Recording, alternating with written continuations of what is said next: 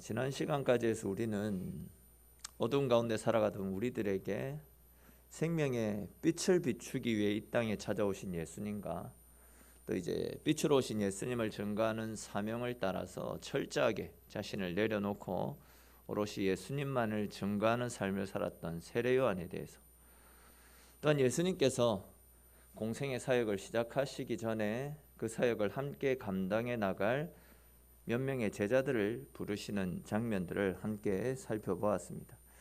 그리고 이제 오늘 살펴볼 말씀에서는 예수님께서 그렇게 부르신 제자들과 함께 가나에 있는 혼인 잔치집에 가셨다가 이 땅에 계시는 동안 제일 첫 번째로 행하셨던 기적을 베푸시는 장면들이 나타나고 있습니다.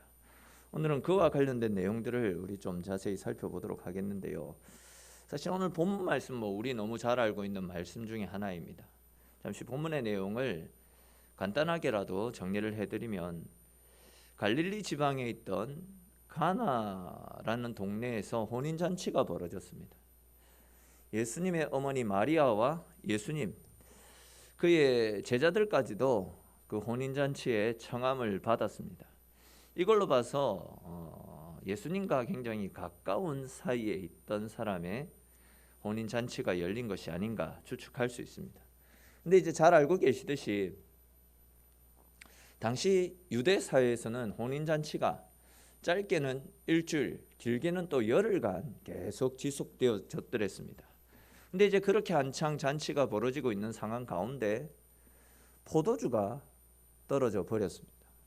이 지역 특성상 포도주가 아니면 손님들에게 베풀 수 있는 마땅한 음료가 없었기 때문에 잔치집에 있어서 포도주는 굉장히 중요한 손님 접대용 음식 중에 하나였습니다. 그러다 보니까 이제 잔치집에 포도주가 떨어지게 되면 찾아오는 손님들에게 큰 결례가 되기 때문에 잔치를 베푼 혼주 입장에서는 굉장히 수치스러운 일이다, 그렇게도 말씀드릴 수 있는 상황입니다. 그렇다고 이제 남아있는 잔치 기간 동안에 사용하게 될 포도주를 어디서 사오거나 구해올 수 있는 상황도 아니었습니다. 또 포도주를 직접 만들기 위해서는 포도를 따서 최소 보름 이상은 발효를 시켜야 되었기 때문에 포도를 따가지고 포도주를 새로 담근다라는 것도 불가능한 상황이었습니다. 한마디로 이제 전혀 예상하지 못했던 일이 벌어짐에 따라서 잔치가 엉망으로 끝나버릴 그런 위기에 처해 있었습니다. 진짜 이러지도 저러지도 못하고 기쁨이 넘쳐야 되는 잔칫날이 손님들에게는 아쉬운 소리와 또 혼주에게는 망신스러운 날로 바뀔 수 있는 참 어처구니 없는 일들이 벌어지고 있었다라는 겁니다. 근데 이제 이때에 예수님의 어머니 마리아가 예수님께로 찾아왔습니다. 그리고는 손님을 대접할 포도주가 다 떨어져서 혼주의 상황이 난처하게 되었으니 예수, 네가 뭔가를 해줄 수 없겠느냐라고 물어보십니다. 앞에서도 잠시 언급했듯이 이 혼인잔치는 예수님과 굉장히 가까운 관계에 있는 사람의 혼인잔치였을 가능성이 큽니다. 그러다 보니까 마리아도 그 가까운 사람이 포도주가 떨어진 상황 때문에 발을 동동 구르는 모습을 보고 안타까운 마음에 예수님께 그렇게 부탁을 했던 것이겠죠. 이때까지는 예수님이 공생의 사역을 본격적으로 시작하신 것이 아니라 아직 본격적으로 뭘 하시지 않는 상황이었습니다. 그래서 아직도 아무런 표적도 일으키신 적이 없었습니다. 근데 이제 마리아 같은 경우에는 옛날 예수님을 잉태했을 때에 천사로부터 예수님은 특별한 능력을 지니신 하나님의 아들임을 미리 고지받았잖아요. 그래서 예수님의 능력에 대해서 마리아는 알고 있었기 때문에 이런 곤란한 상황에 놓여 있을 때 예수님이라면 이 문제를 해결할 수 있을 것이다 라는 기대감을 가지고 예수님께 그런 청을 넣었던 겁니다. 자, 이렇게 마리아가 예수님께 포도주가 떨어졌는데 네가 어떻게 해줄 수 없겠느냐라고 이야기하자 예수님 지금 뭐라고 대답하십니까? 4절에 기록된 말씀처럼 여자여, 나와 무슨 상관이 있나이까? 아직 내 때가 되지 않았습니다 라고 대답하시지 않습니까? 이 말씀이 무슨 말씀이냐면 예수님의 공생애 사역을 우리가 유심히 살펴보게 되면 세례 요한이 활동을 하다가 옥에 갇히는 때가 오지 않습니까? 옥에 갇히지 않습니까? 예수님은 요한이 옥에 갇히는 그 순간까지 사역을 하시지 않거든요. 그러니까 옥에 갇히는 세례 요한이 옥에 갇히는 그 순간부터 예수님은 공생의 사역을 시작하십니다. 그러니까 이제 예수님은 요한이 옥에 갇히는 그 순간부터 공생애를 시작하셨고 그때부터 해서 당신의 능력들을 베푸실 계획들을 가지고 계셨는데 아직은 그때가 되지 않은 상황일 때도 마리아가 뭔가를 좀 해줄 수 없겠느냐라고 부탁을 하고 있기 때문에 그런 의도에서 그런 측면에서 아직 내 때가 되지 않았다. 내가 계획한 그때가 되지 않았습니다. 라고 대답을 하셨던 겁니다. 자, 그런데 이제 보시면 예수님께서 그렇게 대답을 하셔놓고 어떻게 하십니까? 아직 당신이 계획하신 때가 이르지 않았지만 결국은 물을 포도주로 만들어서 혼인잔치집에 찾아왔던 그 위기를 극복할 수 있도록 도와주시지 않습니까? 이렇게 아직 당신의 때가 이르지 않았음에도 불구하고 어머니 마리아의 부탁을 받고 당신의 계획까지 틀어가면서 잔치집의 어려움을 해결해 주신 이 예수님의 모습을 통해서 우리는요, 예수님께서는 당신이 함께 하시는 그 자리는 항상 잔칫날과 같아야 되고 또 잔칫날에 흥이 깨어지는 것을 원하지 않는다라는 사실을 발견할 수 있습니다. 즉 예수님은 그 잔치가 지금 베풀어지고 있는 이 잔치가 계속되어지기를 원하셨고 참석한 사람들 역시도 아무런 방해를 받지 않고 좀 더 잔치의 기쁨을 누리기를 원하고 계셨다라는 거죠. 다시 말해서 예수님은 당신과 함께하는 삶을 살아가는 우리의 인생이 항상 잔치를 하듯 주님으로 말미암아 기뻐하는 삶을 살기를 원하고 계신다라는 겁니다. 즉 주님이 함께하는 인생이면서도 아무런 흠도 간격도 없이 아무런 기쁨도 즐거움도 없이 우울해하고 괴로워하는 삶, 주님은 우리가 그런 삶을 살기를 원하지 않는다라는 거죠. 그러니까 얘들아, 나는 나를 믿는 너희가 인생을 즐겁게 살기를 원한다. 그래서 내가 오지 않았느냐. 내가 너희에게 기쁨을 주려고 잔칫날과 같은 풍성한 은혜들을 주려고 왔어. 그러므로 즐겁게 살아가라. 과거에는 너희가 죄의 종이었고 하나님의 원수였고 죽을 수밖에 없는 그런 운명이었지만 내가 너희에게 영생을 주려고 왔잖니. 너희의 죄를 사하기 위해서 내가 이 땅에 찾아왔고 십자가를 짊어지지 않았니. 그러므로 너는 죽음에 대해서 염려 근심 걱정하지 말고 삶에 대해서 염려 근심 걱정하지 말고 나와 함께 잔치의 기쁨을 누리며 평안의 삶을 살아라. 너는 이제 나의 자녀잖니. 하나님의 자녀답게 이제 너의 삶은 잔치가 되어야 된다. 즐거운 삶을 살아야 된다. 이것이 바로 우리를 향하신 하나님 아버지와 예수 그리스도의 마음이다라는 겁니다. 그렇습니다 여러분. 우리가 예수님을 믿는다라는 것은 주님이 우리를 위해서 베풀어 주신 잔치의 기쁨에 참여하는 것과도 같다 할 수 있습니다. 그런데 중요한 것은 내 삶이 풍요롭기 때문에 즐거운 것이 아닙니다. 즉 환경이 좋고 평안할 때만 웃는 것이 아니다라는 거죠.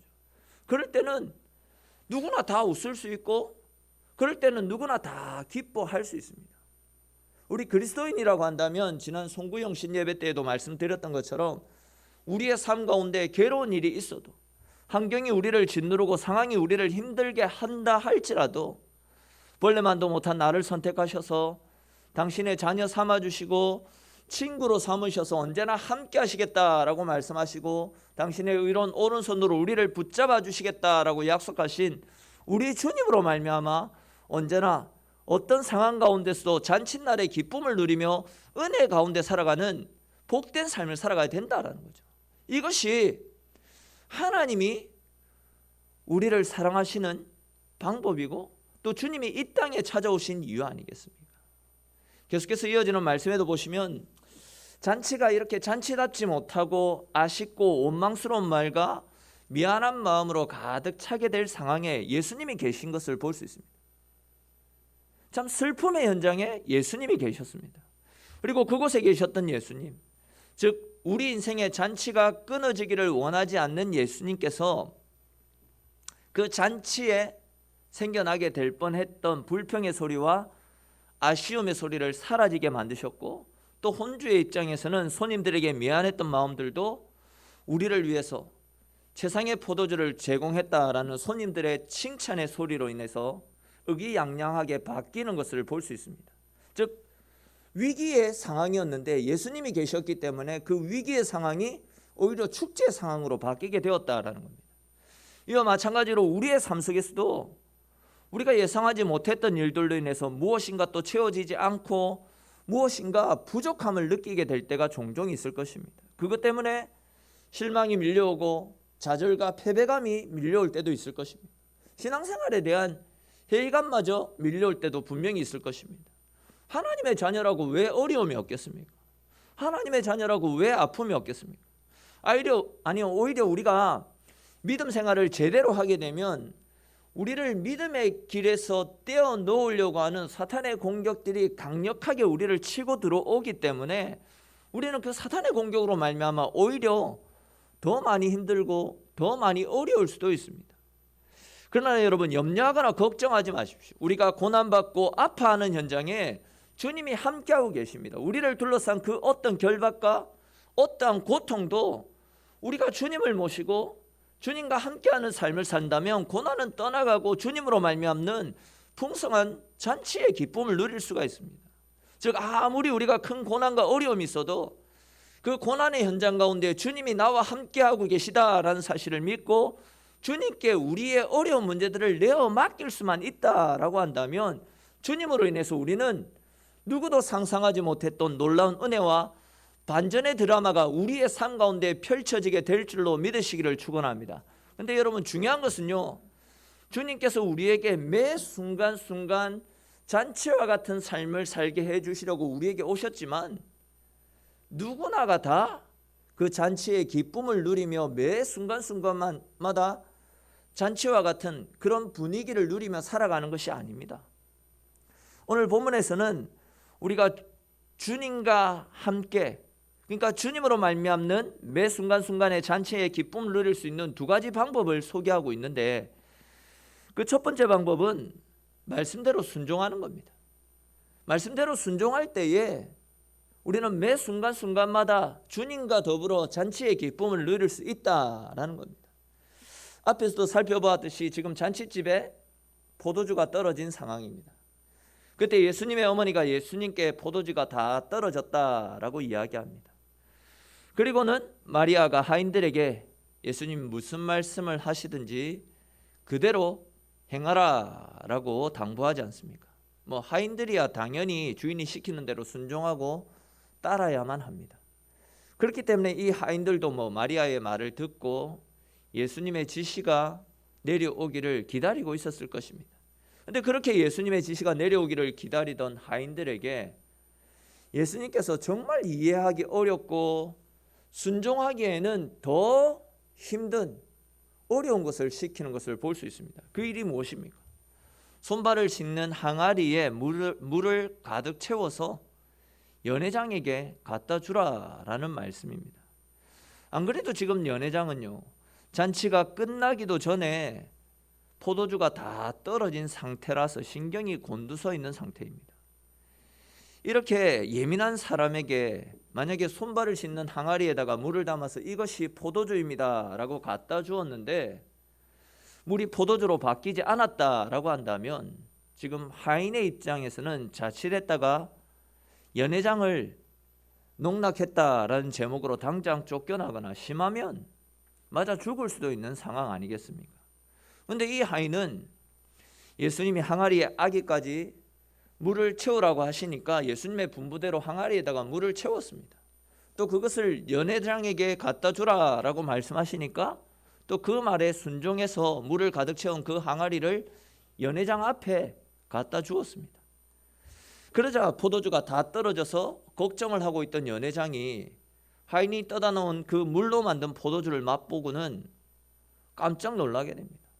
최상의 포도주를 가져왔다라는 거죠. 그리고는 신랑을 부릅니다. 사람들은 보통 좋은 포도주를 먼저 내고 사람들이 취하고 나면 그 뒤에 나중에 좋지 않은 질이 낮은 포도주를 내는데 그대는 반대로 했군요. 세상의 포도주는 감추어놨다가 이제야 내는군요 하면서 예수님께서 물로 만드신 그 포도주가 세상의 포도주였음을 암시해주고 있습니다. 예수님의 말씀에 하인들이 순종했더니 진짜 물이 변해서 포도주가 되는 엄청난 기적이 나타났습니다. 즉 하인들이 지금 말도 안 되는 예수님의 말씀에 그 어떠한 토도 달지 않고 말씀하신 그대로 순종했더니 초라하게 원망과 불평이 가득하게 끝날 뻔했던 그 연회장이, 잔칫집이 말 그대로 더욱더 풍성하게 바뀌는 것을 볼 수 있습니다. 그러니까 우리가 매일매일 주님으로 말미암는 잔치의 기쁨을 누리며 평안의 삶을 살기 위해서는요, 주님께서 우리에게 주시는 말씀을 가지고 그 말씀대로 순종하며 살아가는 것, 말씀을 있는 그대로 믿고 말씀대로 살아가는 것, 그것이 절대적으로 필요하다라는 겁니다. 다시 말해서 이것이 뭐 이치에 맞든지 맞지 않든지, 상식적이건 비상식적이건 과학적이건 비과학적이건 그것은 우리가 따질 바가 아니고, 우리는 주님이 말씀하시면 말씀하신 그대로 믿고 순종하면 된다라는 겁니다. 그럼 사실 내 생각에 이 일은 가능한 일이다, 내가 생각할 때 이거 하면 충분히 되겠다, 이렇게 생각할 때 순종하지 않을 사람이 어디에 있겠습니까? 그러나 정말 불가능하다라고 생각되고 답이 없지 않느냐라고 생각되는 그런 일에 순종하게 될 때, 그때에 우리는 주님으로 말미암는 기적을 보게 된다라는 거죠. 최근에 수요일 때 또 주일 오후 예배 때 계속 말씀드렸듯이 믿음은 지식이 아니지 않습니까? 지식으로 아는 것이 믿음이 아닙니다. 하나님의 능력을 체험할 수 있는 일은 내가 알고 있는 것을 행동으로 옮기는 것, 내가 알고 있는 말씀을 내 삶 가운데 실제로 실천할 때에 하나님이 베푸시는 은혜를 누릴 수 있습니다. 도저히 불가능하다라고 생각되어지고 이것은 상황이 여의치 않는다라고 할지라도 주님이 함께 하실 때 그 어떤 일도 가능하다라는 확신을 가지고 주의 말씀 앞에 순종하며 따르는 것, 그것이 믿음이고, 그런 믿음을 가지고 살 때에 하나님이 은혜 베풀어 주신다라는 겁니다. 즉 내 상식선에서 나도 할 수 있는 거, 그것을 따르는 것은 믿음이 아니다라는 거죠. 어떤 상황 속에서도 말씀 앞에 순종하는 것, 이것이 진정한 믿음이고, 그런 믿음으로 살아갈 때에 우리를 도와서 선한 길로 이끌어 주시는 하나님의 능력을 체험할 수 있게 된다라는 겁니다. 그렇습니다, 여러분. 우리를 도와서 우리 인생을 잔칫날과 같이 풍성한 인생으로 채워주시기 위해 우리 주 예수 그리스도께서 이 땅 가운데 찾아오셨습니다. 예수님은 오늘도 지금 이 순간도 우리의 삶을 지켜보시고 우리가 막닥뜨린 모든 삶의 문제들을 해결해 주시고 우리의 잔치를 방해하는 것들을 친히 다 해결해 주시는, 우리를 너무나도 사랑해 주시고 우리가 풍성하기를 원하시는 분이십니다.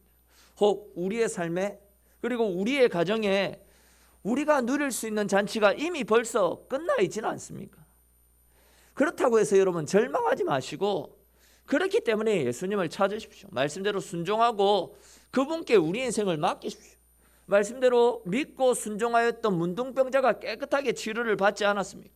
앞을 보지 못했던 병자가 눈을 떴고 니고데모는 주님을 찾아 영생을 새롭게 발견하는 은혜를 누렸습니다. 오라비가 죽어서 통곡했던 마리아와 마르다는 순종할 때에 오라비가 살아나는 기적을 보지 않았습니까? 이제는 여러분 우리 차례입니다. 우리도 예수님 앞에 나아가야 됩니다. 말씀대로 믿고 말씀대로 순종해야 됩니다. 우리가 순종하며 주님을 따를 때에 우리 역시도 우리를 위해서 일해 주시는 주의 은혜와 주의 능력을 경험하게 될 것입니다. 저와 여러분들 모두가 언제나 어떤 상황 속에서도 말씀대로 믿고 또 말씀대로 순종하심을 통하여서 우리의 삶에 부어주시는 하나님의 은혜를 풍성히 누리면서 날마다 천국의 잔치가 이어지는 복된 삶을 살아가시는 저와 여러분들의 인생이 될 수 있기를 주님의 이름으로 축원합니다. 이제 또 다음 두 번째로 우리의 삶 가운데 날마다 매 순간마다 천국의 기쁨을, 잔치의 기쁨을 누리기 위해서는요, 믿음이 있어야 됩니다. 믿음. 앞에서도 살펴본 것처럼 마리아는 잔치집에 포도주가 떨어져서 곤란을 겪고 있는 혼주를 위해서 예수님에게 찾아갔습니다. 그리고는 네가 어떻게 해줄 수 없겠느냐라고 물어봤겠죠. 그리고 마리아의 물음에 예수님은 아직 내 때가 이르지 않았습니다 라는 말씀으로 예수님의 청을 사실상 거절하지 않았습니까? 그러나 마리아는 포기하지 않았습니다. 옆에 있는 하인들에게 그가 너희에게 무슨 말씀을 하시든지 그대로 따라야 된다라고 당부하신 겁니다. 예수님이 내 때가 되지 않았다라고 이야기하셨지만 뭔가를 보여줄 것이다 라는 믿음을 가지고 하인들에게 당부를 했다라는 거죠. 지금 마리아는 이것이 주님과 상관이 있는 일인지 없는 일인지, 주님의 때가 되었는지 되지 않았는지 그런 것은 전혀 몰랐습니다. 다만 지금 혼인잔치집에 포도주가 떨어진 위기의 상황은 예수님이 아니고서는 해결할 방법이 없다. 예수님 아니고서는 그 어디에도 이 문제를 해결할 리가 없기 때문에 예수님께서 이 곤란한 상황을 해결해 주실 것이다 라고 믿었던 겁니다. 예수님께 답이 있다라는 사실을 확신했다라는 거죠. 즉 당장 어려움은 닥쳐 있고 이것을 해결할 수 있는 다른 그 어떤 방법도 없었습니다. 주님이 도와주시는 것 말고는 다른 방법이 없는 그런 상황 아닙니까?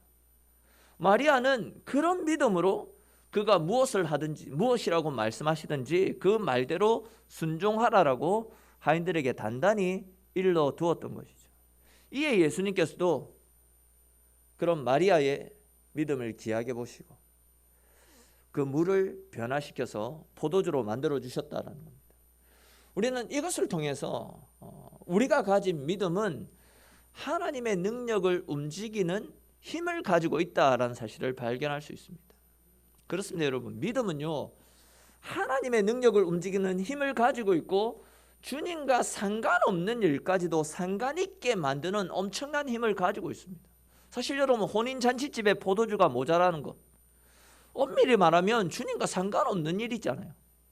그러나 그것을 믿음으로 주님께 가지고 나아갔더니 그때부터는 주님의 일이 되었습니다. 아무 상관없는 일이었지만 주님께 내려놓으니까 주님의 일이 되었습니다. 주님과 상관 있는 일이 되었다라는 거죠. 즉 주님과 상관없는 일도 믿음으로 주님을 찾고 주님께 가지고 가면 그때부터는 그것이 내 일이 아니라 주님의 일이 되어진다라는 거예요. 그렇게 주님께서 우리의 문제를 당신의 일로 여기시고 그 일을 위해서 일해 주시면 그 문제는 단 한 번에 너무나도 쉽게 풀리는 것을 볼 수 있습니다. 그러나 반대로 주님이 우리를 돕기 위해서, 즉 우리의 삶의 잔치가 끝나지 않도록 우리의 삶에 찾아오시고 또 당신의 의로운 오른손으로 우리를 도와주시기 위해서 지금도 바로 우리 곁에 계시고 우리와 함께 하시는데도 불구하고 우리가 그 문제를 주님께 가지고 가지 않는다라고 한다면 그것은 주님과 상관없는 일이 되어지고 그 일은 주님의 도우심을 받을 수 없기 때문에 나만 혼자 고생하고 내 혼자 염려하고 걱정하지만 답도 찾지 못하고 문제도 해결할 수 없게 될 것입니다. 이와 관련해서 제가 옛날에 두어 번 정도 말씀드린 기억이 있는데 누가복음 8장 22절부터 25절 말씀해 보시면 예수님께서 바람과 바다를 잔잔케 하시는 장면이 나타납니다. 잘 아는 말씀이라 간단하게만 설명을 드리면 예수님께서 제자들과 함께 배를 타고 갈릴리 호수를 건너가고 있을 때였습니다. 그때 예수님은 피곤하셨는지 배에서 주무시고 계셨습니다. 근데 이제 그때 배 위에 갑작스러운 풍랑이 불어와서 배가 뒤집힐 위기에 처해 있었습니다. 그렇게 되자 제자들은요, 우리가 중리산이 하면서 배에 차오르는 물을 퍼낸다고 정신이 없습니다. 근데 그렇게 정신없는 그때에 예수님 뭘 하고 계셨다라고 합니까? 주무시고 계셨습니다. 제자들이 자기들이 어떻게 해보겠다라는 생각들을 내려놓고 처음부터 풍랑이 불어올 때 처음부터 주님을 흔들어 깨워서 주님 살려달라고 부탁을 했으면 금방 그 풍랑은 잔잔하게 될 것인데 사라지고 없을 것인데 그들은 주님이 계시는데도 주님 찾지 않았습니다.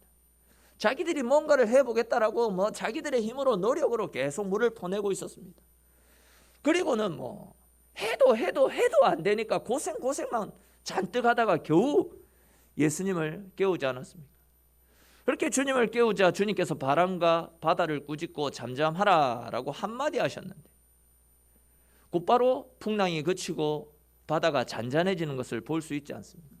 바로 이겁니다, 여러분. 우리 인생은 내가 뭔가를 해보겠다라는 생각을 내려놓고 내가 쥐고 있는 것들도 포기해야 됩니다. 주님을 찾아야 됩니다. 그렇게 되면 주님께서 바로 우리 가운데 찾아오셔서 우리를 위해서 일해 주시고 하나님의 능력들을 보여주신다라는 겁니다. 아시듯이 주님이 우리를 위해서 일해 주실 때, 주님이 나를 도와주실 때에 하나님의 능력이 나타나고 그 주의 도우심으로 우리 인생 가운데서도 하나님이 열어주시는 평안의 삶을 살 수 있는데, 내가 다 지고 내가 뭔가를 해보겠다라고 발버둥 치면 주님이 일하실 수가 없게 된다라는 겁니다. 그러므로 여러분, 우리는 내가 뭔가를 하겠다, 내가 하지 않으면 안 된다라는 이런 생각들 온전히 다 내려놓고 주님이 우리를 위해서 일해 주시도록 우리의 문제들을 주님께 가지고 주님을 찾는 삶을 살아가야 됩니다. 답이 없는데, 답이 없기 때문에 하나님을 찾아야 됩니다. 답이 없는데 왜 혼자서 전전긍긍하며 이러지도 못하고 저러지도 못하고 있습니까? 계속 말씀드렸듯이 답이 없기 때문에 우리는 주님을 찾아야 됩니다. 답이 없어도 우리가 주님을 찾으면 주님은 답을 가지고 있다라는 생각을 가지고 주님 찾는 것, 그것이 믿음이고, 우리가 그런 믿음을 가지고 주님을 찾을 때에 우리의 삶 가운데 주님께서 베풀어 주시는 능력을 볼 수 있게 되는 겁니다. 우리 히브리서 13장 8절에 기록된 말씀 같이 한번 읽어보겠습니다. 히브리서 13장 8절 말씀입니다. 같이 읽겠습니다. 예수 그리스도는 어제나 오늘이나 영원토록 동일하시니라. 아멘. 무슨 이야기입니까? 2000년 전에 가나 혼인 잔치집에서 물을 포도주로 만드셨던 주님께서는 오늘을 살아가는 우리가 말씀에 기록된 것들을 그대로 믿고 순종하며 살아갈 때, 오늘날 이 시대에도 말씀에 나타나는 일들을 그대로 우리의 삶에 베풀어 주신다는 겁니다. 그렇기 때문에 내 삶은 언제나 주님 안에서 잔치의 기쁨을 누리며 살아갈 수 있게 된다라는 거죠. 이제 우리 고린도후서 5장 7절에 기록된 말씀도 같이 읽어보겠습니다. 같이 읽겠습니다. 이는 우리가 믿음으로 행하고 보는 것으로 행하지 아니함이로다. 아멘. 그렇습니다, 여러분. 이 말씀에서 사도 바울은요, 우리에게 눈에 보이는 것에 집착하지 말고 믿음으로 행하는 삶을 살 것을 권면하고 있습니다. 사실 여러분, 엄밀히 따지면 눈에 보이는 것은 가짜라고도 할 수 있습니다. 우리가 믿고 따라야 되는 것은 하나님의 말씀, 하나님의 말씀을 진짜로 여기며 살아가야 됩니다. 즉 하나님이 우리에게 말씀하신 하나님의 약속이 진짜다라는 겁니다. 내 눈앞에 보이는 높은 산, 험한 골짜기, 때로는 출렁이는 큰 바다와 같은 우리 인생을 짓누르고 있는 환경들은 다 가짜라는 겁니다. 믿는 자에게는 능치 못할 일이 없을 것이다. 홍해를 갈라지게 하시고 오늘날 너에게 구원을 보이리라 라고 약속하신 하나님의 말씀이 우리가 믿고 따라야 되는 실체이고 진짜다라는 겁니다.